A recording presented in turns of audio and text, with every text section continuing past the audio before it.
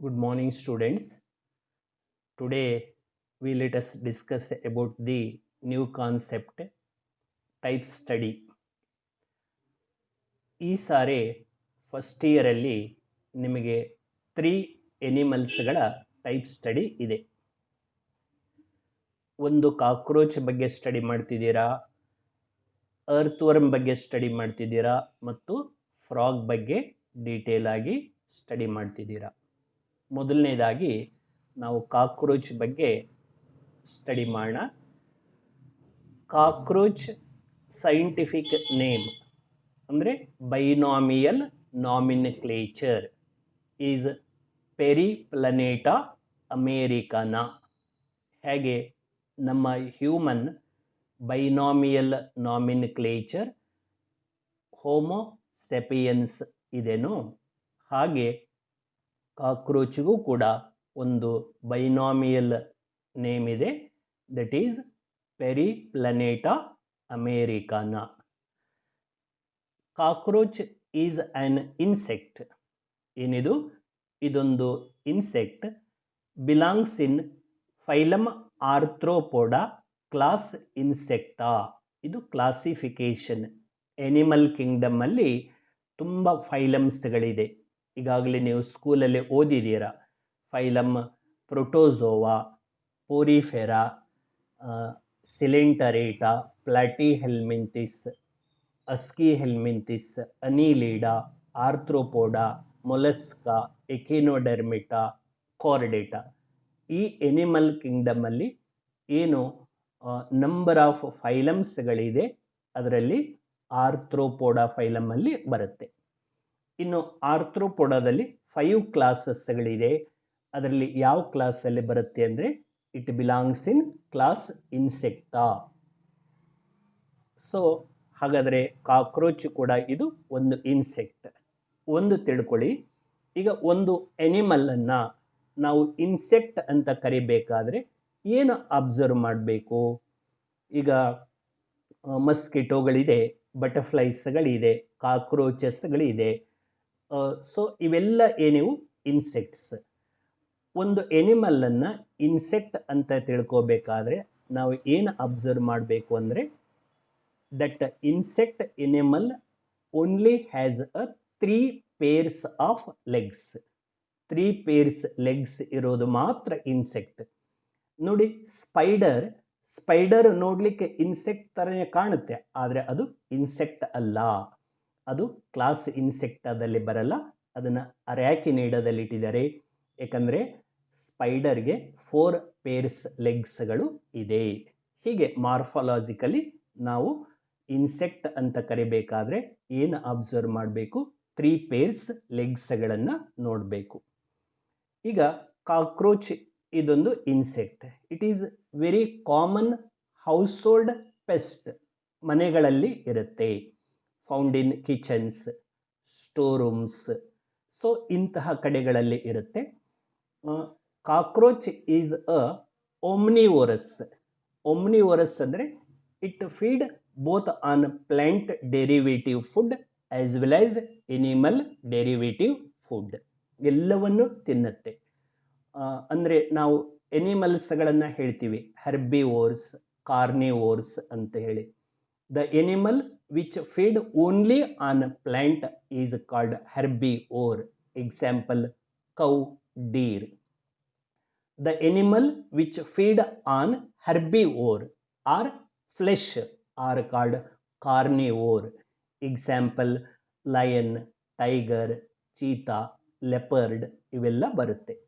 ಇನ್ನು omnivore ಅಂದರೆ ಯಾವುದಪ್ಪ? ಇದು ಹ್ಯೂಮನ್. ಬಿಯರ್, ಲಾರ್ಜೆಸ್ಟ್ omnivore ಅಂದರೆ ಬಿಯರ್, ಕರಡಿ. ಮತ್ತು ಈ ಕಾಕ್ರೋಚ್ ಕೂಡ ಯಾವ ಗ್ರೂಪಲ್ಲಿ ಬರುತ್ತೆ? ಓಮ್ನಿವೋರಸ್ ಗ್ರೂಪಲ್ಲಿ ಬರುತ್ತೆ.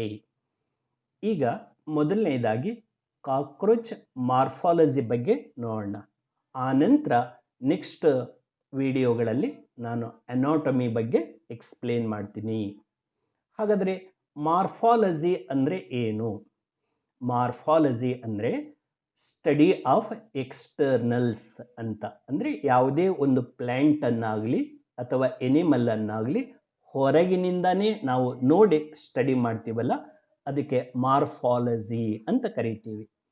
ಈಗ ಒಂದು ಟ್ರೀ ನೋಡಿದ ತಕ್ಷಣ this tree is very tall, ಓಕೆನಾ, stem is hard, woody, cylindrical, stem is unbranched, coconut ಆಗಿದ್ರೆ ಅನ್ಬ್ರಾಂಚ್ಡ್ ಸ್ಟೆಮ್ ಇರುತ್ತೆ, ಟ್ಯಾಮರಿಂಡ್ ಟ್ರೀ ಇದ್ರೆ ಅದಕ್ಕೆ ಬ್ರಾಂಚ್ಡ್. ಇವೆಲ್ಲ ನಾವು ನೋಡಿದ ತಕ್ಷಣನೇ ಹೊರಗಡೆಯಿಂದ ಕಾಣುತ್ತಲ್ಲ ಇದಕ್ಕೆ ಮಾರ್ಫಾಲಜಿ ಅಂತ ಕರಿತೀವಿ.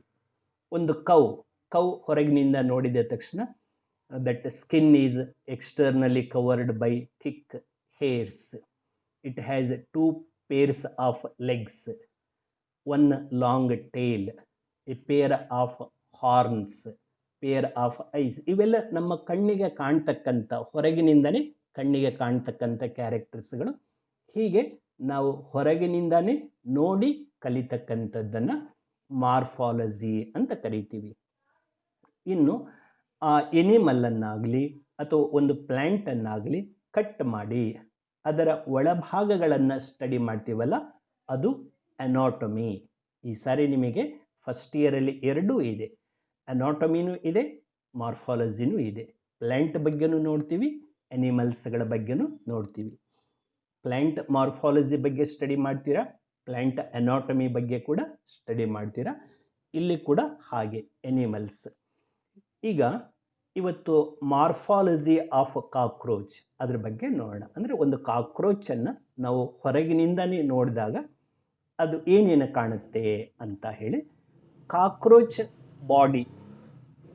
Body is dorsoventrally compressed. Dorso ಅಂದರೆ ಮೇಲ್ಭಾಗ. ಈಗ ಒಂದು ಎನಿಮಲ್ ಮೇಲ್ಭಾಗಕ್ಕೆ ಡಾರ್ಸಲ್ ಸೈಡ್ ಅಂತ ಕರಿತೀವಿ. ನೋಡಿ, ಸೈಡ್ಸ್ ತುಂಬ ಇಂಪಾರ್ಟೆಂಟು, ನಾವು ನೆನ್ಪಿಟ್ಕೋಬೇಕು. ಎಸ್ಪೆಷಲಿ ಕನ್ನಡ ಮೀಡಿಯಮಿಂದ ಬಂದಿರತಕ್ಕಂಥವ್ರು, ಇಂಗ್ಲೀಷ್ ಮೀಡಿಯಮಿಂದ ಬಂದಿರತಕ್ಕಂಥವ್ರಿಗೆ ನಿಮಗೆ ಗೊತ್ತಿರುತ್ತೆ, ಈಗಾಗಲೇ ಕಲ್ತಿರ್ತೀರ. ಮೇಲ್ಭಾಗ ಅನ್ನಲಿಕ್ಕೆ ಡಾರ್ಸಲ್ ಸೈಡ್ ಅಂತ ಕರಿತೀವಿ. ಕೆಳಭಾಗ ಅಂತ ಹೇಳಲಿಕ್ಕೆ ವೆಂಟ್ರಲ್ ಸೈಡ್ ಅಂತ ಕರಿತೀವಿ. ಈಗ ಮೌತ್ ಯಾವ ಕಡೆಗಿದೆ, ಹೆಡ್ ಯಾವ ಕಡೆಗಿದೆ, ಅದು ಮುಂಭಾಗ ಅಂತ ನಾವು ಹೇಳ್ತೀವಲ್ಲ ಅದನ್ನು ಎಂಟೀರಿಯರ್ ಸೈಡ್ ಅಂತ ಕರಿತೀವಿ. ಹಿಂಭಾಗ ಅಂದರೆ ಟೇಲ್ ಕಡೆ ಭಾಗವನ್ನು ಪೋಸ್ಟೀರಿಯರ್ ಸೈಡ್ ಅಂತ ಕರಿತೀವಿ. ಇದು ತುಂಬ ಇಂಪಾರ್ಟೆಂಟ್. ಡಾರ್ಸಲ್ ಅಂದರೆ ಮೇಲ್ಭಾಗ, ವೆಂಟ್ರಲ್ ಅಂದರೆ ಕೆಳಭಾಗ, ಎಂಟೀರಿಯರ್ ಅಂದರೆ ಮುಂಭಾಗ ಟುವರ್ಡ್ಸ್ ಹೆಡ್ ಅಥವಾ ಮೌತ್, ಪೋಸ್ಟೀರಿಯರ್ ಸೈಡ್ ಅಂದರೆ ಟುವರ್ಡ್ಸ್ ಟೇಲ್. ಇದು ನಿಮಗೆ ಗೊತ್ತಿರಬೇಕು. ಈಗ ನಾನು body shape, cockroach body shape ಹೇಗಿರುತ್ತೆ ಅಂದರೆ ಡಾರ್ಸೋ ವೆಂಟ್ರಲಿ ಕಾಂಪ್ರೆಸ್ಡ್, ಅಂದರೆ ಮೇಲೆ ಡಾರ್ಸಲ್ ಸೈಡಿಂದ ಕೆಳಗೆ ವೆಂಟ್ರಲ್ ಸೈಡಿಂದ ಈಗ ಕಾಂಪ್ರೆಸ್ ಮಾಡಿದರೆ ಏನಾಗುತ್ತೆ, ಫ್ಲ್ಯಾಟ್ ಆಗುತ್ತೆ. ಹಾಗೆ ಫ್ಲ್ಯಾಟ್ ಇರುತ್ತೆ. ಯಾಕೆ ಗೊತ್ತಾ? Cockroach is a nocturnal animal. ಅಂದರೆ ನಾಕ್ಚೂರ್ನಲ್ ಎನಿಮಲ್ ಅಂದರೆ ಏನರ್ಥ? The animal which active only during night time. ಅಂದರೆ day time that hiding in the crevices. It won't come out day time, it come out during night time. So its activity only during night time. ಯಾವ್ಯಾವ animals ಆ ಥರ night active ಇರುತ್ತೆ ಅವುಗಳನ್ನೆಲ್ಲ nocturnals ಅಂತ ಕರಿತೀವಿ. Cockroach is a nocturnal. ಬರ್ಡ್ಸ್ಗಳಲ್ಲಿ owl is the nocturnal. ಮ್ಯಾಮಲ್ಸ್ಗಳಲ್ಲಿ bat is the nocturnal. ಬಾವುಲಿಗಳು ನೋಡಿ ಡೇ ಟೈಮ್ ಬರಲ್ಲ, ನೈಟ್ ಟೈಮ್ ಬರುತ್ತೆ. ಸೊ ಹೀಗೆ. ಮತ್ತು ಡೇ ಟೈಮ್ ಆಕ್ಟಿವ್ ಇರ್ತಕ್ಕಂಥವುಗಳನ್ನು ಡಯೂರ್ನಲ್ಸ್ ಅಂತ ಕರಿತೀವಿ. ಇವು ಡೇ ಆಕ್ಟಿವ್ ಇರುತ್ತೆ, night taking a rest. So ಹೀಗೆ ಅದು ಡೇ ಟೈಮಲ್ಲಿ ಈ ಸಣ್ಣ ಸಣ್ಣ ಕ್ರಿವೈಸಸ್ಗಳಲ್ಲಿ ಒಳ ಹೋಗಲಿಕ್ಕೆ ಆ ಥರ ಬಾಡಿಯ ಒಂದು ಅಡಾಪ್ಟೇಷನ್ ಆಗಿರುತ್ತೆ. ಇನ್ನು ಬಾಡಿಗೆ ಬಂದರೆ ಕಾಕ್ರೋಚ್ ಈಸ್ ಟ್ರಿಪ್ಲೋಬ್ಲಾಸ್ಟಿಕ್. ಹಾಗಂದರೆ body is derived from 3 primary germ layers, outer ectoderm, middle mesoderm and inner endoderm. ಹೀಗೆ ಯಾವುದೇ ಒಂದು ಎನಿಮಲ್ ಬಾಡಿ 3 ಜರ್ಮ್ ಲೇಯರ್ಸ್ಗಳಿಂದ ಆಗಿದ್ರೆ ಅದನ್ನು ಟ್ರಿಪ್ಲೋಬ್ಲಾಸ್ಟಿಕ್ ಎನಿಮಲ್ಸ್ ಅಂತ ಕರಿತೀವಿ. ಇನ್ನು ಬೈಲ್ಯಾಟ್ರಲಿ ಸಿಮೆಟ್ರಿಕಲ್, ಸಿಮೆಟ್ರಿ ಬಗ್ಗೆ ಹೇಳಬೇಕಾದ್ರೆ ಇದು ಬೈಲ್ಯಾಟ್ರಲಿ ಸಿಮೆಟ್ರಿಕಲ್. ಹೀಗೆ ವೆರ್ಟಿಕಲಿ ಎನಿಮಲ್ ಅನ್ನು ಕಟ್ ಮಾಡಿದರೆ ದಟ್ ಪ್ರೊಡ್ಯೂಸಸ್ 2 ಈಕ್ವಲ್ ಲುಕಿಂಗ್ ಹಾವ್ಸ್. ಯಾವುದು ಬಾಡಿ ಹಾಗೆ ಆಗುತ್ತೆ ಅದನ್ನು ನಾವು ಬೈಲ್ಯಾಟ್ರಲಿ ಸಿಮೆಟ್ರಿಕಲ್ ಅಂತ ಕರಿತೀವಿ. The body is segmented. ನೋಡಿ, ಫೈಲಮ್ಸ್ಗಳನ್ನು ನೋಡಿದಾಗ ಫೈಲಮ್ ಅಸ್ಕಿ ಹೆಲ್ಮಿಂಥಿಸ್ ವರೆಗೂ ಅನ್ಸೆಗ್ಮೆಂಟೆಡ್ ಬಾಡಿಯನ್ನೇ ನಾವು ಕಾಣ್ತೀವಿ. ಆ ನಂತರ ಅನಿಲಿಡಾ ಆನ್ವರ್ಡ್ಸ್ ನಾವು ಸೆಗ್ಮೆಂಟೆಡ್ ಬಾಡಿಯನ್ನು ಕಾಣ್ತೀವಿ. ಇಲ್ಲಿ ನೋಡಿ, ಹೀಗೆ ಬಾಡಿಯನ್ನು ನಂಬರ್ ಆಫ್ ಸೆಗ್ಮೆಂಟ್ಸ್ಗಳನ್ನಾಗಿ ಇಲ್ಲಿ ಡಿವೈಡ್ ಆಗಿದೆ. ಹಾಗಾದರೆ how many segments present in its body ಅಂದರೆ cockroach body is made up of 19 segments. How many segments? 19 segments. And cockroach body is divisible into 3 part. ಇದು ಕಾಕ್ರೋಚ್ ಒಂದೇ ಅಲ್ಲ, ಆಲ್ ಇನ್ಸೆಕ್ಟ್ಸ್. ಇದು ಯೂನಿವರ್ಸಲ್ ಕ್ಯಾರೆಕ್ಟರ್ ಯಾವುದಕ್ಕೆ? ಇನ್ಸೆಕ್ಟ್ಸ್ಗಳಿಗೆ. All insects body is divisible into 3 parts. First head, ಇದು ಏನಿದೆಯಲ್ಲ head, this is thorax and this is a abdomen. So cockroach body is divisible into 3 part: head, thorax and a abdomen. ಈಗ ಒಂದೊಂದೇ ಪಾರ್ಟನ್ನು ನೋಡೋಣ. First head ಬಗ್ಗೆ ನಾವು ತಿಳ್ಕೊಳ್ಳೋಣ. Head is the first part. Head animal ಅಲ್ಲಿ ಎಂಟೀರಿಯರ್ ಸೈಡ್ ಇದೆನೋ posterior side ಇದೆನೋ? ಎಂಟೀರಿಯರ್. ಆಲ್ವೇಸ್ ಹೆಡ್ ಯಾವ ಕಡೆಗಿರುತ್ತೆ? ಅದು ಎಂಟೀರಿಯರ್ ಸೈಡ್ ಅಂತ ಕರಿತೀವಿ.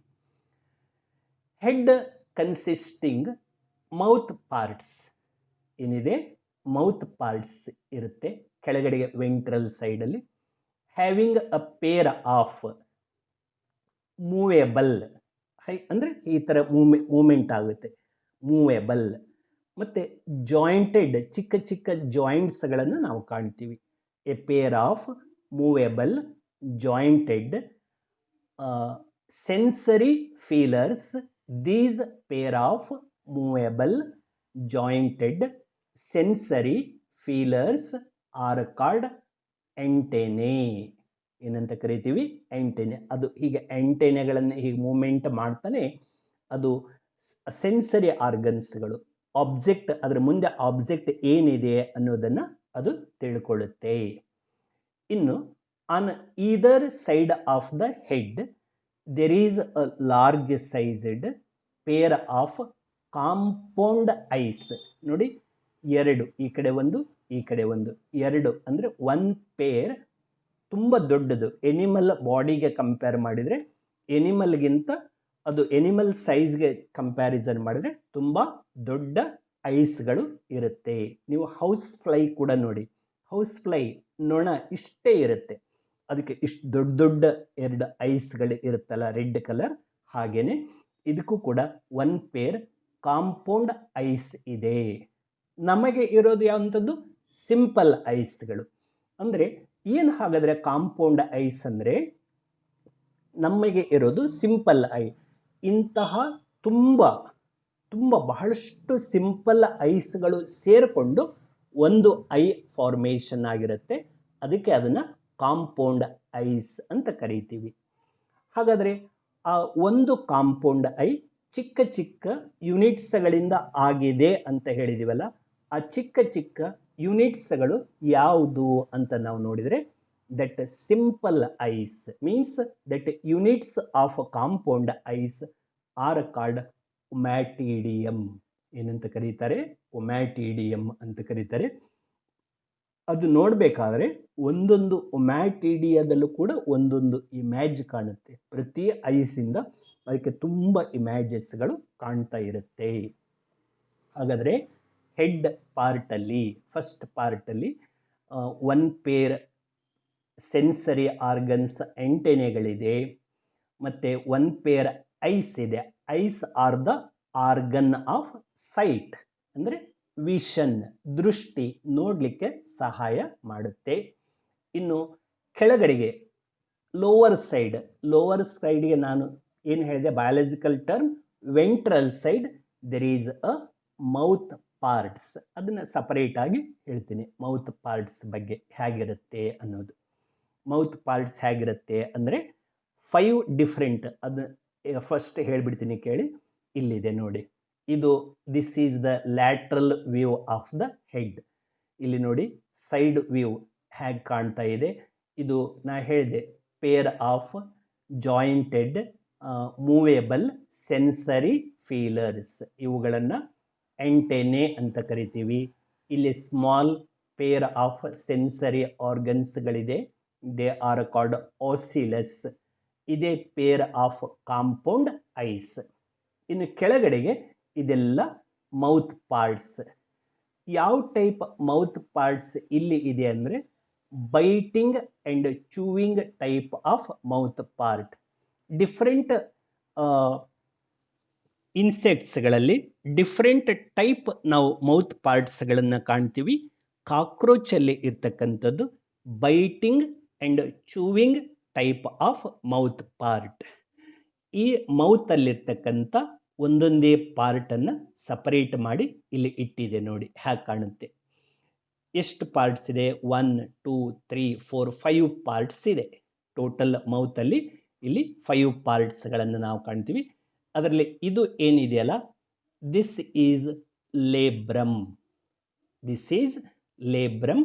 It is also called upper lip. ನಮಗೆ ಹಾಗೆ upper lip, lower lip, mouth ಮೇಲೆ ಕೆಳಗೆ. ಮೌತ್ ಓಪನಿಂಗ್ ಮೇಲೆ ಇರೋದು ಅಪ್ಪರ್ ಲಿಪ್, ಕೆಳಗೆ ಇರೋದು ಲೋವರ್ ಲಿಪ್. ಹಾಗೇನೆ ಇಲ್ಲಿ ಅಪ್ಪರ್ ಲಿಪ್ ಅಂತ ಇದೆ, ಅದನ್ನು ಲೇಬ್ರಮ್ ಅಂತ ಕೂಡ ಕರಿತೀವಿ. ಕೆಳಗಡೆಗೆ ಏನಿದೆಯಲ್ಲ, actually this is labium, means lower lip. ನೋಡಿ ಇಲ್ಲಿ ಇದು ಆ್ಯಕ್ಚುಲಿ ಲೇಬ್ರಮ್ ಅಂದರೆ ಅಪ್ಪರ್ ಲಿಪ್. ಇದನ್ನು ಸಪ್ರೇಟ್ ಮಾಡಿ ಇಲ್ಲಿಟ್ಟಿದೆ. ಇನ್ನು ಇಲ್ಲಿದೆಯಲ್ಲ, ಇದು ಲೇಬಿಯಮ್. ಇದೇನಿದು? This is the lower lip. 2 part ಆಯಿತಾ? ಲೇಬ್ರಮ್, ಲೇಬಿಯಮ್. ನಮಗೆ ಮೌತಲ್ಲಿ ಅಪ್ಪರ್ ಲಿಪ್, ಲೋವರ್ ಲಿಪ್, ಎರಡರ ಮಧ್ಯೆ ಏನಿದೆ? ಟಂಗ್ ಇದೆ ಅಲ್ವಾ? ಟಂಗ್ ಇದೆಯಲ್ಲ, ಹಾಗೆ ಕಾಕ್ರೋಚ್ಗೆ ಕೂಡ ಇಲ್ಲಿ ಕಾಣ್ತಾ ಇದೆಯಲ್ಲ, this is the tongue of the cockroach, is called hypopharynx. ನೋಡಿ, ಅಪ್ಪರ್ ಲಿಪ್, ಲೋವರ್ ಲಿಪ್, ಮತ್ತು ಇದು ಏನಿದು? ಟಂಗ್. ಟಂಗಿಗೆ ಏನು ಹೆಸರಿದೆ? ಹೈಪೋಫ್ಯಾರಿಂಗ್ಸ್. ಇನ್ನು on either side of the mouth, ಅಂದರೆ ಸೈಡ್ಗೆ ಹೀಗೆ ಈ ರೀತಿಯಾಗಿ, there is a pair of tooth are present, are called mandibles. ನೋಡಿ ಇಲ್ಲಿ ಶಾರ್ಪ್ ಹಾರ್ಡ್ ಬ್ಲ್ಯಾಕ್ ಎಡ್ಜಸ್ಗಳನ್ನು ಕಾಣ್ತೀವಿ. Actually these are the tooth. ಇವುಗಳ ಸಹಾಯದಿಂದ ಹೀಗೆ ಅದು ಫುಡ್ಡನ್ನು ಹೀಗೆ ಬ್ರೇಕ್ ಮಾಡುತ್ತೆ, ಕಟ್ ಮಾಡುತ್ತೆ. ನೀವು ಯಾವುದಾದ್ರೂ ಗಿಡದ ಬಳಿ ಇನ್ಸೆಕ್ಟ್ ಇದ್ದರೆ ಅದು ಎಲೆ ತಿಂತಕ್ಕಂಥ ವಿಧಾನವನ್ನು ನೋಡ್ರಿ. ನಮ್ಮ ಹಾಗೆ ಅದು ಹೀಗೆ ಮೇಲೆ ಕೆಳಗೆ ಹೀಗೆ ಫುಡ್ ಕಟ್ ಮಾಡಲ್ಲ, ಅದು ಹೀಗೆ ಕಟ್ ಮಾಡುತ್ತೆ. ಈ ಥರ ಫುಡ್ಡನ್ನು ಕಟ್ ಮಾಡುತ್ತೆ. ಅವು ಆ್ಯಕ್ಚುಲಿ ಟೀತ್, ಅವುಗಳನ್ನು ಮ್ಯಾಂಡಿಬಲ್ಸ್. ಇದು ಮಾತ್ರ 1 ಪೇರ್ ಇರುತ್ತೆ. ಇದು right mandible, this is left mandible. Upper lip, lower lip. Hypopharynx also called a tongue. ಇನ್ನು ಇಲ್ಲಿ ಏನಿದೆ? ಎ ಪೇರ್ ಆಫ್ ಮ್ಯಾಕ್ಸಿಲೇ, ಅಂದರೆ ಟೂತ್, ಮ್ಯಾಂಡಿಬಲ್ಸ್ ಕಟ್ ಮಾಡಿದ ಫುಡ್ಡನ್ನು ಹೀಗೆ ಮೌತ್ ಒಳಗೆ ತಗೊಳ್ಳುತ್ತೆ.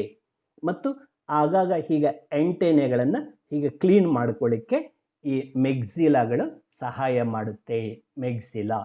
So this is about the mouth parts. ಇದು ನಿಮಗೆ 5 ಮಾರ್ಕಿಗೆ ಡ್ರಾ ಮಾಡ್ಲಿಕ್ಕೆ ಕೇಳ್ತಾರೆ. Draw a neat labelled diagram of the mouth parts of the cockroach ಅಂತ ಕೇಳಿದರೆ ಲೇಬ್ರಮ್, pair of mandibles, hypopharynx also called a tongue, a pair of maxilla and a labium. Labium ಇಲ್ಲಿ 3 unpaired parts ಇದೆ, 2 paired parts ಗಳಿದೆ. And what type of mouth parts present in a cockroach? Biting and chewing type of mouth parts present in a cockroach. ಅದು 1 ಮಾರ್ಕಿಗೆ ಕೇಳ್ತಾರೆ. ಈಗ ಇದುವರೆಗೂ ನಾನು ಇಲ್ಲಿ head ಬಗ್ಗೆ ಹೇಳಿದೆ.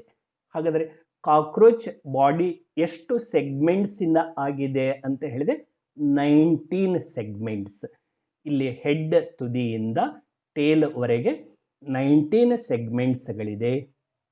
ಅದರಲ್ಲಿ head is formed from 6 segments. 6 segments. ಆದರೆ ಅವೆಲ್ಲ ಏನು ಮಾಡಿದೆ, ಒಂದಕ್ಕೊಂದು ಕಂಪ್ಲೀಟ್ ಫ್ಯೂಷನ್ ಆಗಿರೋದ್ರಿಂದ you cannot see that segments. How many segments present in a head? 6 segments forms the head. ಇನ್ನು ನೆಕ್ಸ್ಟ್ ಪಾರ್ಟಿಗೆ ಬರೋಣ. ಥೊರೆಕ್ಸ್. ಇದು ಮಧ್ಯಭಾಗ. ಇಲ್ಲಿ ನಾನು ತೋರಿಸ್ತಾ ಇದ್ದೀನಲ್ಲ, ಇದಿಷ್ಟು ಏನಪ್ಪಾ ಅಂದರೆ ಇದು ಥೊರೆಕ್ಸ್.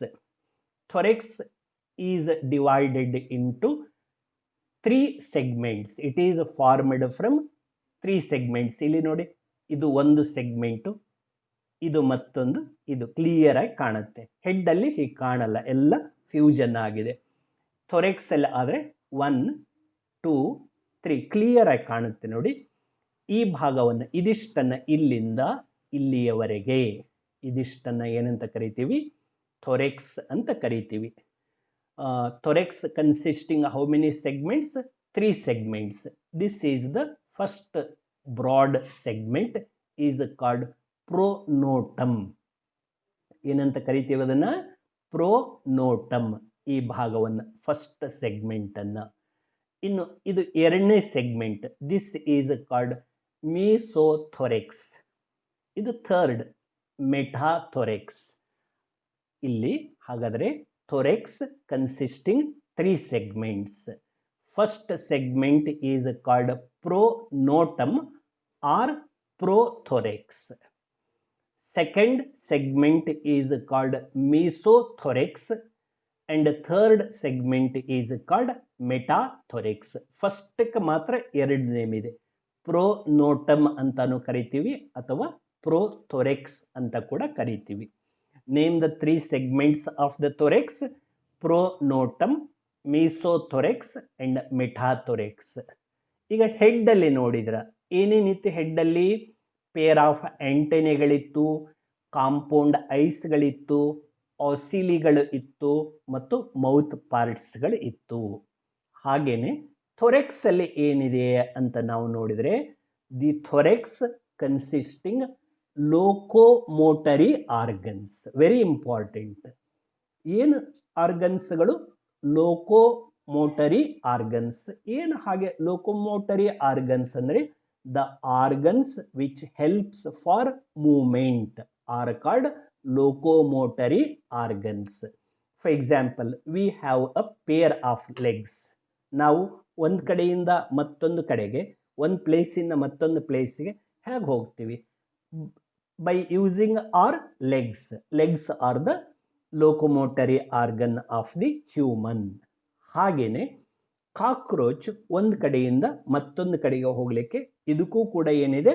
ಲೋಕೋಮೋಟರಿ ಆರ್ಗನ್ಸ್ ಇದೆ. ಯಾವುದು ಆ ಲೋಕೋಮೋಟರಿ ಆರ್ಗನ್ಸ್ ಅಂದರೆ ಇದಕ್ಕೆ 2 ಟೈಪ್ಸ್ ಇದೆ. ಬರ್ಡ್ಸ್ ತರ. ಬರ್ಡ್ಸ್ಗೆ ನೋಡ್ರಿ ವಿಂಗ್ಸ್ ಇಂದನೂ ಹಾರಾಡುತ್ತೆ, ಲೆಗ್ಸ್ ಇಂದನೂ ನಡೆಯುತ್ತೆ. ಹಾಗೇನೆ it also has 2 types of locomotory organs, legs and wings. 2 ಇದೆ. ಆ 2 ಯಾವ ಭಾಗದಲ್ಲಿ ಬೆಳೆದಿರುತ್ತೆ ಅಂದರೆ thorax. Thorax develops that locomotory organs. ಈಗ ಇದು first segment pronotum. it only produces a leg. First pair of leg are called prothoracic leg or foreleg ಅಂತ ಕರಿತೀವಿ ಇದನ್ನ. ಮೊದಲನೇ ಪೇರ್ ಇದು foreleg, FORE, foreleg or prothoracic ಅಂದ್ರೆ ಈ prothorax ಇಂದ ಬೆಳೆದಿರೋದ್ರಿಂದ ಇದನ್ನ prothoracic legs ಅಂತ ಕರಿತೀವಿ. ಲೆಗ್ಸ್ ಅಷ್ಟೇ ಬೆಳೆಯುತ್ತೆ, ವಿಂಗ್ಸ್ ಬೆಳೆಸಲ್ಲ ಇದು. ಇನ್ನು ಎರಡನೇದು mesothorax develops mid leg or it is also called mesothoracic leg. ನೋಡಿ, ಇದನ್ನ ಮೀಸೋಥೊರಾಸಿಕ್ ಲೆಗ್ ಅಂತ ಕರಿತೀವಿ ಅಥವಾ ಮಿಡ್ ಲೆಗ್ ಅಂತಾನೂ ಕರಿಬಹುದು. ಈ ಮಿಡ್ ಲೆಗ್ ಥೊರೆಕ್ಸ್ ಯಾವ ಸೆಗ್ಮೆಂಟ್ ಇಂದ ಬೆಳೆದಿದೆ? ಮೀಸೋಥೊರೆಕ್ಸ್. ಅದಕ್ಕೆ ಅದನ್ನ ಮೀಸೋಥೊರಾಸಿಕ್ ಲೆಗ್ ಅಂತ ಕರಿತೀವಿ ಅಥವಾ ಮಿಡ್ ಲೆಗ್ ಅಂತಾನೂ ಕರಿತೀವಿ. ಇಲ್ಲಿ ನೋಡಿ, ಇದು ಲಾಸ್ಟ್ ಪೇರ್, ಇದು ಹಿಂಡ್ ಲೆಗ್. ಇದು ಎಲ್ಲಿಂದ ಬೆಳೆದಿದೆ? From metathorax. So it is called metathoracic leg. ನೋಡಿ, ಹಾಗಾದ್ರೆ prothoracic leg, mesothoracic leg, metathoracic leg ಹೀಗೂ ಕರಿಬಹುದು. Fore leg, mid leg, hind leg. ಒಂದೊಂದು ಸೆಗ್ಮೆಂಟ್ ಇಂದ ಒಂದೊಂದು ಪೇರ್ ಬೆಳೆದಿರುತ್ತೆ. ಫಸ್ಟ್ ಪೇರ್ ಯಾವುದು? Prothorax develops fore leg. Second segment mesothorax develop mid leg. Third segment metathorax develop a hind leg. ಓಕೆನಾ? Next, these are the pair of wings. ಎರಡರಿಂದನೂ movement ಮಾಡುತ್ತೆ. ಯಾವುದು? Cockroach ಒಂದು ಲೆಗ್ಸ್ ಇಂದನೂ ಫಾಸ್ಟ್ ಆಗಿ ನಡೆಯುತ್ತೆ. Wings ಅನ್ನು use ಮಾಡುತ್ತೆ, ಬಟ್ ಸ್ಲೋ, ತುಂಬಾ ಸ್ಲೋ ಇದು. How many pairs of wings present in a bird? One pair ಅಲ್ವಾ? ಬರ್ಡ್ಸ್ಗಳಿಗೆ ಒನ್ ಪೇರ್ ವಿಂಗ್ಸ್ ಇರುತ್ತೆ. ಆದರೆ ಇಲ್ಲಿ ಕಾಕ್ರೋಚ್ಗೆ ಅಬ್ಸರ್ವ್ ಮಾಡ್ರಿ, it has 2 pairs of wings. Fore wing, hind wing. Fore wing, hind wing ಅಂತ ಎರಡು ಪೇರ್ ಇದೆ. First pair of wing are very thick, dark brown coloured and leathery. ತುಂಬ ದಪ್ಪವಾಗಿರುತ್ತೆ, ಲೆದರ್ ಥರ ಇರುತ್ತೆ, ಮತ್ತೆ ಡಾರ್ಕ್ ಬ್ರೌನ್ ಕಲರ್ ಇರುತ್ತೆ. Actually that will not helps for flying. ಹಾರಾಡಲಿಕ್ಕೆ ಅದು ಸಹಾಯ ಮಾಡಲ್ಲ, ಅದರ ಹೆಲ್ಪ್ ತಗೊಳ್ಳಲ್ಲ. That pair develops from the mesothorax, not from the prothorax. ನೆನ್ಪಿಟ್ಕೋಬೇಕು, ಪ್ರೋಥೊರೆಕ್ಸ್ ಇಂದ ಕೇವಲ ಪ್ರೋಥೊರಾಸಿಕ್ ಲೆಗ್ ಅಷ್ಟೇ ಬೆಳೆದಿರುತ್ತೆ, ವಿಂಗ್ಸ್ ಬೆಳೆಸಲ್ಲ ಇದು. ಹಾಗಾದರೆ ಈ ಮೊದಲನೇ ಪೇರ್ ವಿಂಗ್ ಏನಿದೆಯಲ್ಲ, ಫೋರ್ ವಿಂಗ್, ಇದು ಥಿಕ್ ಇದೆ, ಲೆದರಿ ಇದೆ. ಇದನ್ನೇನಂತ ಕರಿತೀವಿ? ಟೆಗ್ಮೀನಾ. ಫೋರ್ ವಿಂಗ್ ಅನ್ನು ಏನಂತ ಕರಿತೀವಿ? ಟೆಗ್ಮೀನಾ. ಎಲ್ಲಿಂದ ಬೆಳೆದಿದೆ? From the mesothorax, not from the prothorax. ನೆನ್ಪಿಟ್ಕೋಬೇಕು. ಇನ್ನು ಇದು ಹಿಂಡ್ ವಿಂಗ್, ಸೆಕೆಂಡ್ ಪೇರ್ ಇದು hind wing. It is very thin and membranous. ನೋಡಿ, ಥಿನ್ ಇದೆ, ತುಂಬ ಡೆಲಿಕೇಟ್, ಮೆಂಬ್ರೇನಸ್ ಇರುತ್ತೆ. It helps for flying. ಇದೇ ಹಾರಾಡ್ಲಿಕ್ಕೆ ಸಹಾಯ ಮಾಡೋದು hind wing. Just fore wing ಅನ್ನ ಹೀಗೆ ತೆಗೆದು ಈ ಹಿಂಡ್ ವಿಂಗ್ಸ್ಗಳ ಸಹಾಯದಿಂದ ಅದು ಹಾರಾಡುತ್ತೆ. ಮತ್ತು it is not a active flyer, it is a passive flyer. ತುಂಬ ಜಾಸ್ತಿ ದೂರ ಹಾರ್ಕೊಂಡು ಹೋಗಲ್ಲ, ಸ್ವಲ್ಪ ಶಾರ್ಟ್ ಡಿಸ್ಟೆನ್ಸ್ಗೆ ಮಾತ್ರ ಇದು ಫ್ಲೈಯಿಂಗ್ ಮಾಡುತ್ತೆ. ಇದು ಪ್ಯಾಸಿವ್ ಫ್ಲೈಯರ್ ಅಂತ ಕರಿತೀವಿ. ತುಂಬ ಜಾಸ್ತಿ ಹಾರಾಡ್ತಕ್ಕಂಥವುಗಳು active flyer. For example birds active flyers, bat is the active flyer. ಇದೇನಿದೆಯಲ್ಲ passive flyer. So this hind wing develops from the metathorax ಅಂತ ನಾವು ಹೇಳ್ತೀವಿ. ಓಕೆನಾ? So this is about the locomotory organs. Cockroach has 2 types of locomotory organs, 3 pairs of legs and 2 pairs of wings.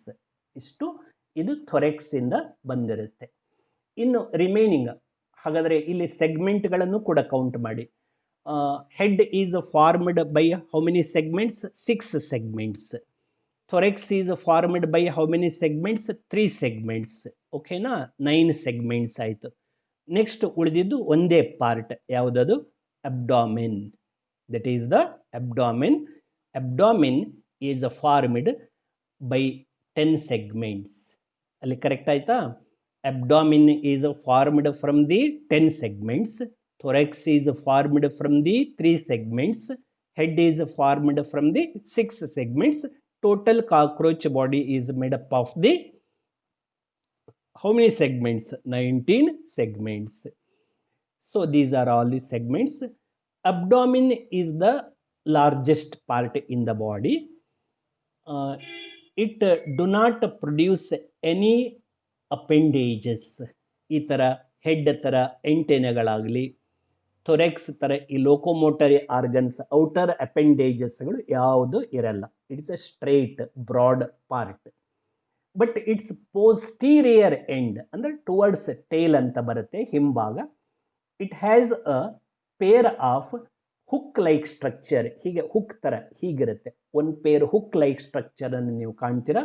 They are called ಏನಲ್ ಸರ್ಸಿ.